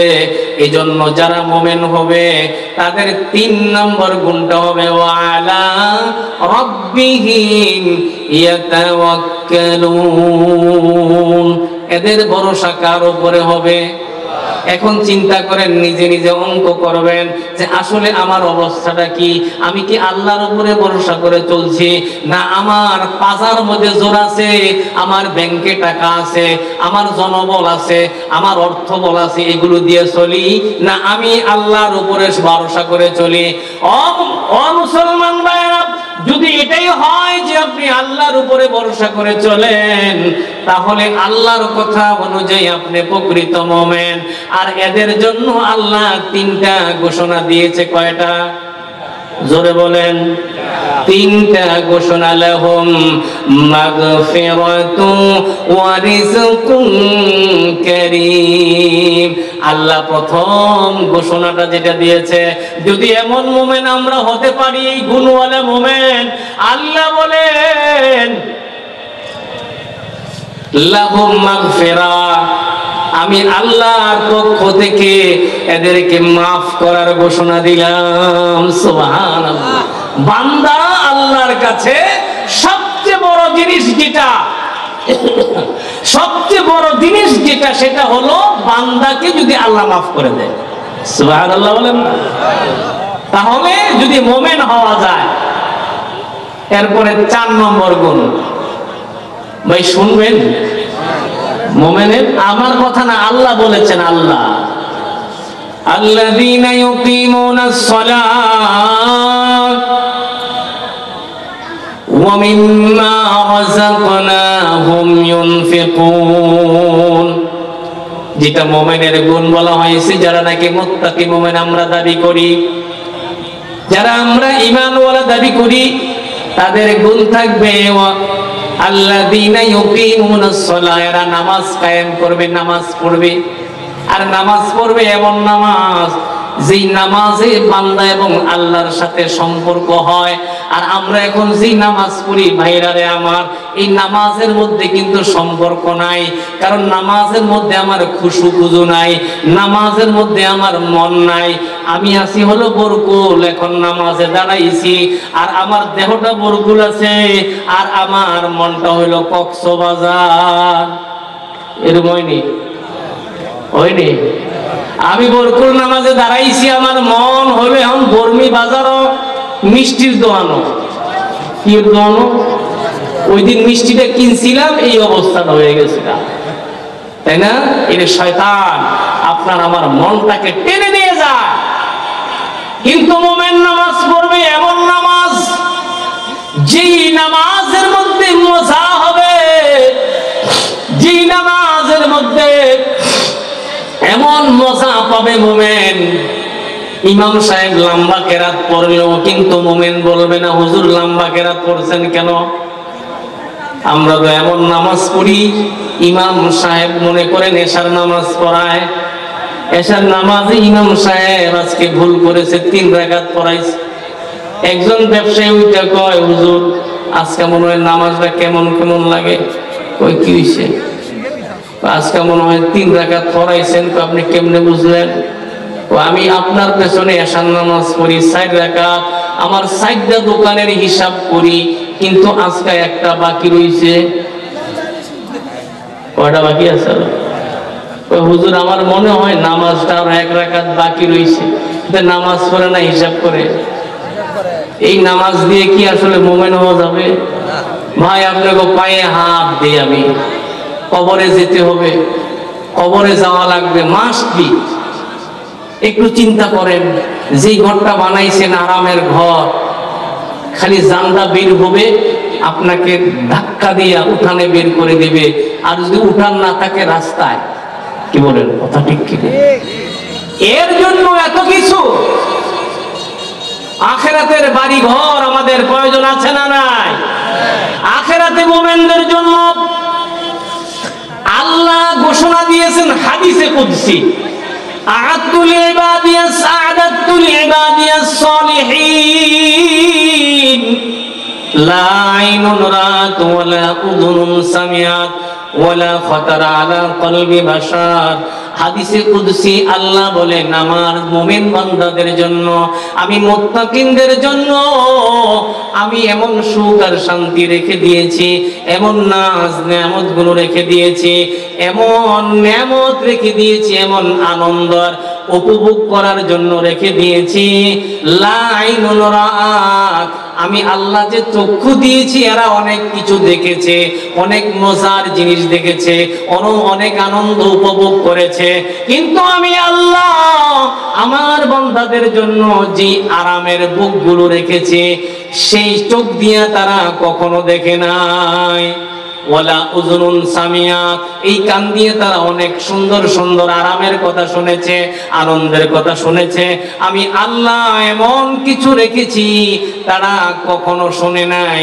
ওয়ালা উযুনুন সামিয়াত ওয়ালা খাতারা আলা কলবে বাশার, আল্লাহ বলেন হাদিসে কুদসি, এই অন্তর দিয়ে অনেক কিছুর কল্পনা করে, অনেক কিছুর কল্পনা করে, কিন্তু আমি আল্লাহ যে নেয়ামত নাজ নেয়ামত সুখ রেখেছি এই অন্তর দিয়া কল্পনাও করতে পারে না।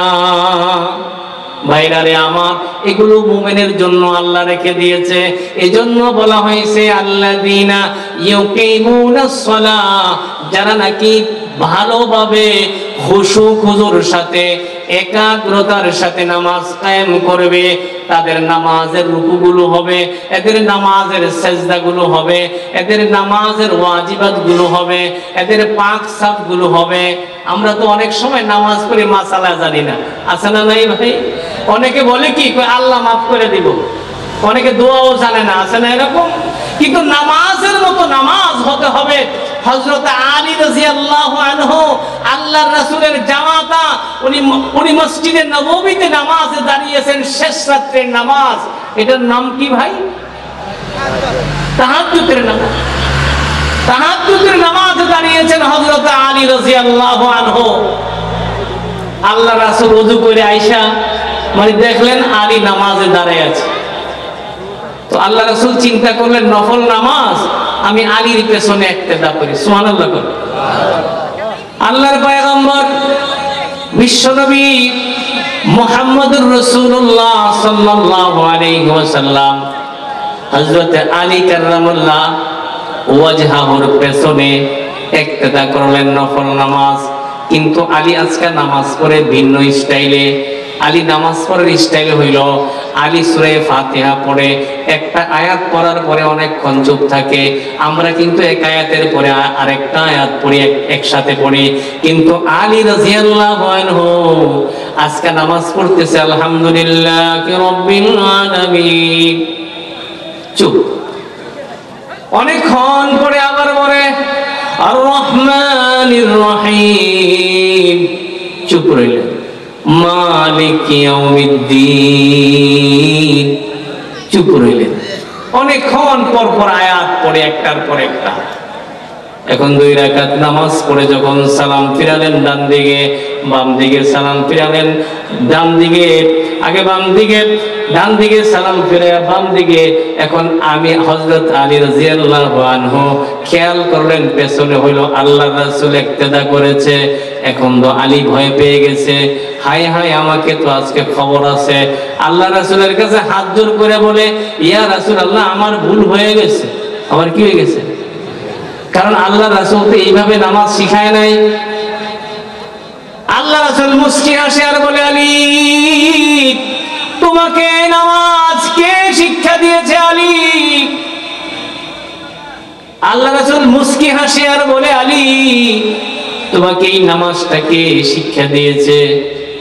হযরত আলী কাররামাল্লাহু ওয়াজহাহু আল্লাহ রাসূলকে বলেন, ইয়া রাসূলুল্লাহ আমি যখন নাকি নামাজে দাঁড়াই, আল্লাহু আকবার বলে যখন দাঁড়াই, আমি যখন নাকি সূরা ফাতিহার প্রথম আয়াত পড়ি আলহামদুলিল্লাহি রাব্বিল আলামিন, আমি যখন পড়ি আসমানওয়ালা আমার আল্লাহ যতক্ষণ পর্যন্ত না এটার উত্তর দেয় হামিদানি আব্দি বলে, অতক্ষণ পর্যন্ত আমি সামনে আয়াত পড়ি না। হাদিস শরীফের মধ্যে আসছে বান্দা যখন নাকি সূরা ফাতিহা শুরু করে আলহামদুলিল্লাহি রাব্বিল আলামিন আর রহমানির রহিম। বান্দা যখন নাকি এইভাবে সূরা পড়া শুরু করে দেয়, একটা আয়াতের সাথে সাথে আল্লাহ উত্তর দেয়, হামিদানি আবেদি, আমার বান্দা আমার প্রশংসা করেছে। হযরত আলী কাররামাল্লাহু ওয়াজহাহু বলে, ইয়া রাসূলুল্লাহ, আল্লাহ যখন নাকি আল্লাহর আওয়াজটা আমার কানে আসে, তারপরে আমি সামনে আয়াত পড়ি। সুবহানাল্লাহ। এরকম নামাজ যদি হয়ে যায়, যেই নামাজের কথা এমন ভাবে আসছে, হযরত আবু বকর রাদিয়াল্লাহু আনহু যখন নামাজে দাঁড়াইতেন, ওই সময় মনে হইতো একটা কাঠ দাঁড়িয়ে আছে, একটা নিষ্প্রাণ কাঠ দাঁড়িয়ে আছে। আর আমরা যখন নামাজে দাঁড়াই, ডান দিকে বাম দিকে উপরের দিকে দাড়ি, মাথা, চুল, আর বিশেষ করে মশার দিন আইলে যে আওয়াজ হয়, মশা মারার আওয়াজ হয়নি, আমরা তাবরি হয়নি নামাজের মধ্যে। ভাই, এই নামাজ দিয়ে কিন্তু পার পাওয়া যাবে না। এই জন্যই বলা হয়েছে, যারা মোমেন হবে, খাঁটি মোমেন, এরা মুনাফিক না, এরা হলো মোমেন। এই মোমেনের গুণ হবে আল্লাযীনা ইউকিমুনাস সালাহ, যারা নাকি নামাজ কায়েম করবে, সুন্দর করে নামাজ পড়বে। আপনি দেখবেন যার নামাজ সুন্দর তার ঈমান সুন্দর। সুবহানাল্লাহ। যার নামাজ সুন্দর তার ঈমান সুন্দর। যার নামাজের মধ্যে বাটপারি, তার সব কাজের মধ্যে বাটপারি। দেখেন, খেয়াল করে নামে, যে নামাজে চুরি করে সে সব জায়গায় চুরি করে। দেখেন, আমার কথাটা মিলেন। যার নামাজ সুন্দর হয়ে যাবে, যেই যুবকের নামাজ সুন্দর হয়ে যাবে, তার আখলাক সুন্দর হয়ে যাবে, তার কানুন সুন্দর হয়ে যাবে। যে নামাজ সুন্দর হয়ে যাবে, তার সব সুন্দর হয়ে যাবে। যে নামাজ পড়বে, ওই লোকটা আল্লাহর কাছে মুমিন হিসাবে গণ্য। ভালো করে নামাজ পড়তে হবে। আপনারা জানেন, আজকালকে তো আমরা মানে নামাজি, আজকালকে খাঁটি নামাজির আমাদের সমাজের মধ্যে কত দামি হয় না, আছে না? কিছু লোক আছে রিক্সা চালায়, কিন্তু খুব সুন্দর করে নামাজ পড়ে। অনেক গরিব মানুষ আছে, খুব সুন্দর করে নামাজ পড়ে, কিন্তু আপনার আমার কাছে দাম নাই, কিন্তু আল্লাহর কাছে ওই লোকটা অনেক বড় দামি।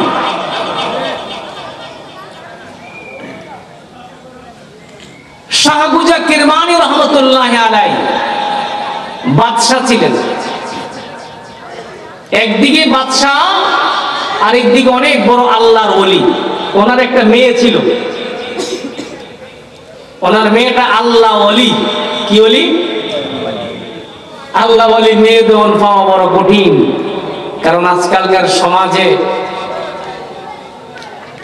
আমরা এমন ভাবে বউ নির্বাচন করি, এমন ভাবে জামাই নির্বাচন করি, আমাদের সামনের ভবিষ্যৎ অন্ধকার। আমরা জামাই নির্বাচনের ক্ষেত্রে সরকারি চাকরিজীবী লাগবো, এরপরে আবার উফরি কিছু লাগবে। উফরি বুঝেন তো? উফরিটা বুঝেননি? আই মুক্তার রেখে মুক্তার যে নাকি বিয়ার ঘটক কাছে কি চাকরি করে জামাই? কাউ ব্যাংকে চাকরি করে। কয় মানে বেতন কত? এত। কয় উফরি কত পা? উফরিটা কোনটা বুঝেন তো এবার? হ্যাঁ, ঘুষ। কি ঘুষ? আবার মুসলমান সামনে কাতারে নামাজ পড়ে হাদিসে কয়েকবার হজ করছে, আসেনি এরকম? অনেক বাটপার আছে এরকম, বড় বাটপার এগুলো সমাজের। শাহ গুজা কিরমানি রহমতুল্লাহ আলাইহি বাদশা, আবার আল্লাহওয়ালা। কিন্তু এই যুগে আমরা বাদশার আল্লাহওয়ালা মিল পাই না। আমরা মনে করি যারা এমপি মন্ত্রী হইব এরা মুজ বড় হইব আর খাইব আর চুরি করে ফালাইব। কি কর? আমরা এটা মনে করি না, না? কিন্তু আসলে কিন্তু তা না। শাহ গুজা কিরমানি রহমতুল্লাহ আলাইহি, ওনার একটা মেয়ে একবারে যুবতী হয়ে গেছে, বিয়ার উপযুক্ত, আল্লাহওয়ালা। তো বাবার কাছে বলছে, বাবা আপনি তো বাদশাহ মানুষ, অনেক যুবরাজ আইব আপনার কাছে আমার বিয়ের মানে পয়গাম নিয়া, তবে আমার অনুরোধ হলো আপনি একটা আল্লাহওয়ালা জাহের একটা ছেলের কাছে বিয়ে দিবেন। ভাই কি চাইছে? আল্লাহওয়ালা জাহেদ একটা ছেলের কাছে। মানে জাহেদ বলা হয় মানে দুনিয়া বুঝে না, খালি আখেরাতে বুঝে। এমন ছেলে কয়টা পাইবেন আপনার এলাকায়? আছে? আল্লাহ, হ্যাঁ, এখন মোবাইলওয়ালা ছেলে পাওয়া যাবে। কি বলেন, কথা কি না? হ্যাঁ, আল্লাহু আকবার। জামাতে বইয়া টিপে, জামাতে বুঝেন নাকি? আমার হাত বুঝেন তো? জামাতে বইয়া টিপে। ভাইরা রে আমার, শাহ গুজা কিরমানি রহমাতুল্লাহ আলাইহির মেয়েটা যুবতী হওয়ার পরে বাবার কাছে বলছে, বাবা গো, আপনার কাছে অনেক অনেক বিয়ের পয়গাম আসবে, যুবরাজরা আসবে। বাবা, আমি যুবরাজ চাই না, আমি একটা জাহেদ আল্লাহওয়ালা ছেলে চাই আপনার কাছে।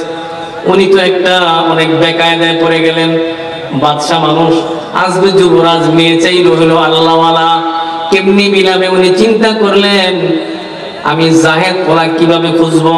হঠাৎ করে মনে আসলো আমি মসজিদে যাই। আমি কোথায় যাই? মসজিদে যাই। মসজিদে যাই, একটা কোনায় বসে আছে, একবারে ছদ্মবেশে বসে আছে। উনি যে বাদশাহ চিনে না কেউ, বসে আছে। সবাই নামাজ পড়ে চলে গেছে। অনেকক্ষণ পরে একটা যুবক আসছে, তার গায়ের মধ্যে যে জামাটা, এটা কয়েকটা তালি দেওয়া, কয়েক দিক দিয়ে ফারাসিরা। শাহ গুজা কিরমানি রহমতুল্লাহ আলাইহি খেয়াল করতেছে যুবকটার দিকে। যুবকটা কি করে? সুন্দর করে ওযু করলেন, ওযুটাও খেয়াল করলেন। ওযু করে এসে সুন্দর করে নামাজে দাঁড়াইলেন। এত সুন্দর নামাজ, এত ইতমিনানের সাথে নামাজ পড়লেন খুব সুন্দর করে। রুকুগুলো রুকুর জায়গায়, সেজদাগুলো সেজদার হক আদায় করে একেবারে খুশু খুদুর সাথে নামাজ শেষ করেছে যুবক। ওই আল্লাহওয়ালা শাহ গুজা বাদশাহ ডাক দিলেন, কই যুবক এদিকে আস। আসছে। কই এই এলাকার বাদশার নাম জানো? কই হ হুজুর, আমি তো জানি। কই চিনুনি লোকটার? কই না। আমি শুনছি, নাম শুনছি, লোকটার চিনি না। শাহ গুজা কিরমানি রহমতুল্লাহ আলাইহি না চিনে? ওই সেই যুবক না চিনারই কথা, কারণ যুবক জঙ্গলের মধ্যে একটা ঝুপড়ির মধ্যে ইবাদত করে। বলেন সুবহানাল্লাহ। ঝুপড়ির মধ্যে ইবাদত করে যুবক, জঙ্গলের মধ্যে ঝুপড়ির মধ্যে ইবাদত করে। এলাকার বাদশার খবর জানবো কেডায় কেডায় মেম্বার, কেডায় চেয়ারম্যান, কে এমপি হইছে ওই লোক জানে না। এখন শাহ গুজা কিরমানি রহমতুল্লাহ আলাইহি বলে, আজকে এই এলাকার বাদশাহ যদি এই কথা বলে যুবকরে কইতেছে, খুব খেয়াল করেন। ওই যুবক, এই এলাকার বাদশাহ যদি এখন বলে তার মেয়েটা বিয়ে করবা কি?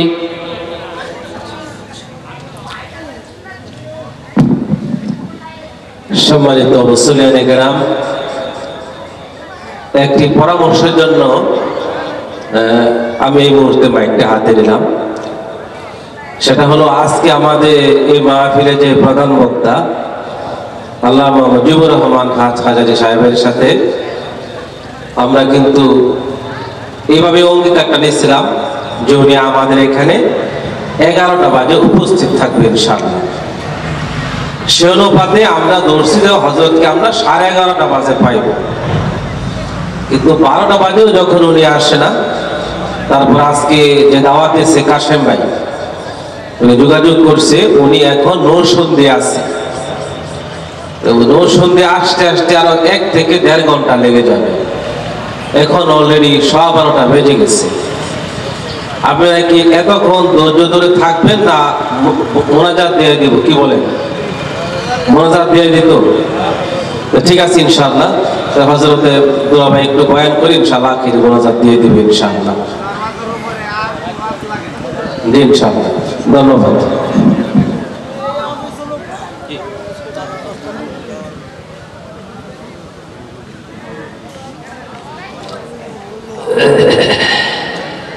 জিকির করেন লা ইলাহা ইল্লাল্লাহ, লা ইলাহা ইল্লাল্লাহ, লা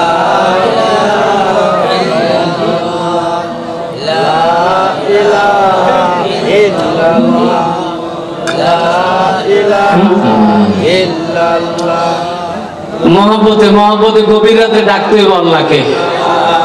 লা ইলাহা ইল্লাল্লাহ, লা ইলাহা ইল্লাল্লাহ, লা ইলাহা ইল্লাল্লাহ, লা ইলাহা ইল্লাল্লাহ, লা ইলাহা ইল্লাল্লাহ মুহাম্মাদুর রাসূলুল্লাহ। মনে আছে নি কে প্রস্তাব করছে? এলাকার বাদশা ওই যুবককে, শাহ গোজা কিরমানি রহমতুল্লাহ আলাইহি যুবককে যখন প্রস্তাব দিলেন, যুবক এই এলাকার বাদশার মেয়ে যদি তোমার হাতে তুলে দেয়, বিয়ে দেয়, মানে তুমি কি বিয়ে করতে রাজি? এখন যুবক এই কথা শোনার পরে কয়, হুজুর আপনি আমার সাথে কি ঠাট্টা করেন? আমি গরিব মানুষ, আমি তো গরিব, আমি তো নিঃস্ব, আমার কোনো কিছু নাই। এলাকার বাদশার মেয়ে, এলাকার বাদশার মেয়ে, এই মেয়ে কি আমার কাছে বিয়ে দেবে? আপনি কি আমার কাছে আমার সাথে ঠাট্টা করেন? শাহ গোজা কিরমানি রহমতুল্লাহ আলাইহি ওই সময় বলেন, যুবক এই এলাকার বাদশার নাম শুনেছো? হ্যাঁ। বাদশাকে দেখেছো? কয়ে না হুজুর। কয়ে আমি শাহ গোজা কিরমানি, এই এলাকার বাদশাহ। সুবহানাল্লাহ। শাহ গোজা কিরমানি রহমতুল্লাহ আলাইহি বলল, যুবক আমি তোমাকে নির্বাচন করেছি, আমার মেয়েটা আমার কাছে একটা আবেদন করেছে, একটা জাহেদ, একটা আল্লাহওয়ালা ছেলে যেন আমি দেই। যেমনি ভাবে নামাজ পড়েছো, আমি নামাজটুকু খেয়াল করেছি, তোমার নামাজটা সুন্দর হয়েছে, আমার মনে হয় তুমি অবশ্যই আল্লাহওয়ালা, এই জন্য আমি প্রস্তাব দিলাম, এখন আমার সাথে চলো, এই সময়ে এই অবস্থায় চলো। শাহ গোজা কিরমানি রহমতুল্লাহ আলাইহি ওই যুবকের সেরা পারা জামা এই অবস্থায় একেবারে রাজ দরবারে নিয়ে গেলেন। শাহ গোজা কিরমানি বিয়ে পড়ায় দিলেন, এরপরে মেয়েকে উঠায় দিবেন। শাহ গোজা কিরমানি রহমতুল্লাহ আলাইহি বিয়ের পরে আস্তে করে মেয়েকে নিয়ে রওনা হলেন ঝুপড়ির মধ্যে, জঙ্গলে। কোথায়? জঙ্গলের ঝুপড়ি, ঝুপড়ির মধ্যে রওনা দিলেন। ঝুপড়ির কাছে গেছে, মেয়েটা যখন ঝুপড়ির মধ্যে ডুববে, এই সময় মেয়েটা ঝুপড়ির ভিতরে একটা শুকনা রুটি দেখতে পেলেন। শুকনা রুটি দেখেই বাবার কাছে চিৎকার দিয়ে বললেন, বাবা গো, আমি তো একটা জাহেদ ছেলে চাইছিলাম, আল্লাহওয়ালা, এই লোক তো আল্লাহওয়ালা নয়। এই চিৎকার শোনার পরে যুবক কয়, হুজুর আমি তো আগেই বলছিলাম যে আপনার মেয়ে হলো বাদশাহী শাহী সিংহাসনে ছিল, এখন কিভাবে ঝুপড়ির মধ্যে আসবে? এই কথা শোনার পরে মেয়েটা বলে, বাবা এইখানে শুকনা রুটি হবে কেন? ওই সময় যুবক উত্তর দেয়, আমি সারাদিন রোজা রেখেছি, সন্ধ্যাবেলা আমি ইফতার করব, এই জন্য শুকনা রুটিটা রাখছি। এখন মেয়েটা বলে, বাবা গো, উত্তর দেয় উনি সারাদিন রোজা রেখেছে কার জন্য? আল্লাহর জন্য। যেই আল্লাহর জন্য রোজা রাখলেন, সেই আল্লাহ কি ইফতারির ব্যবস্থা করতে পারে না? ওয়ালা রাব্বিহিম ইয়াতাওয়াক্কালুন। বাইরে আমার ঘটনা বলা উদ্দেশ্য না, আপনি দেখেন আজকে যার নামাজ সুন্দর বেশি, তার ঈমান সুন্দর বেশি, তার আমল সুন্দর বেশি, তার মুআমালা সুন্দর বেশি। আজকে আমাদের সমাজের মধ্যে এক শ্রেণীর মানুষ আছে, মুনাফিক, নামাজ পড়ে, আপনি দেখবেন তার সাথে মুআমালা করার পরে আপনি টাকা ধার দিয়ে দেখেন আপনার কয়েক জোড়া স্যান্ডেল ক্ষয় হয়ে যাবে, তারপরেও টাকা লইতে পারবেন না। আছে না নাই? এরকম অনেক অনেক বড় বড় আল্লাহওয়ালার বাপ ধরে চলে, কিন্তু আসলে ধোঁকাবাজ। এই জন্য আল্লাহ বলেছেন, যারা নাকি সুন্দর করে নামাজ পড়বে এরা হবে খাঁটি মুমিন। আল্লাযীনা ইউকিমুনাস সালাতা ওয়া মিম্মা রাযাকনাহুম ইউনফিকুন। 5 নম্বর গুণটা হলো এরা আল্লাহর রাস্তায় দান করবে, এরা বখিল হবে না, বখিল হবে না। এই জন্য মুমিন কখনো বখিল হয় না। আল্লাহ রাসূলের সাহাবাদের মধ্যে টাকা নাই, ধার করেও দান করছে। আল্লাহ রাসূলের কাছে টাকা নাই, ধার করেও আল্লাহর রাস্তায় ব্যয় করেছে। কিন্তু এমন আমরা মুমিন, এখানে মসজিদের জন্য চাওয়া হইলে, মাদ্রাসার জন্য চাওয়া হইলে ব্যাংকের মধ্যে টাকা, কিন্তু দান করতে রাজি না, খালি সন্তানের জন্য রাখবো। এমনও আছে, এমন হাদিস আমরা আছে, ব্যাংকে টাকা রাখছে, এরপরে মারা গেছে। এই টাকা দিয়ে সন্তান বড় বড় মদের বোতল কিনা কিনা খায়। আছে না নাই? আছে না নাই? কিন্তু যদি আমি দান করে যাই, আল্লাহ বলছে ওয়াল তানজুরু নাফসুম মা কদ্দামাত লিগাদ ওয়াত্তাকুল্লাহ। আল্লাহ বলেছেন অগ্রের জন্য পাঠায়া দাও কিছু। অগ্রের জন্য, অগ্র মানে আমরা, আমাদের আরেকটা জীবন আছে, হলো আলমে, আরো এই আলমে বরজখ দিয়ে শুরু হবে জীবনটা, পরকালের জীবন। এই জীবনের জন্য দান করবে মুমিন। ভাইরা আমার, এই জন্য মুমিন বখিল হবে না। কি হবে না? বখিল হবে না। বখিল হইলে আপনি মনে করবেন যে মুমিনের ঝামেলা আছে। যাই হোক, আলহামদুলিল্লাহ, অনেকক্ষণ আলোচনা শুনেছেন। এই 5টা গুণ যদি আমাদের মাঝে থাকে, আল্লাহ পাক মেহেরবানি করে, দয়া করে, আল্লাহ আপনার আমার জন্য ওয়াদা করেছেন লাহুম মাগফিরা, এদেরকে মাফ করে দেব। ওয়া রিজকুন কারীম, এবং সম্মানিত রিজিকের আল্লাহ ব্যবস্থা করে দিবে। আল্লাহ যেন আমাদেরকে কবুল করে, আমিন।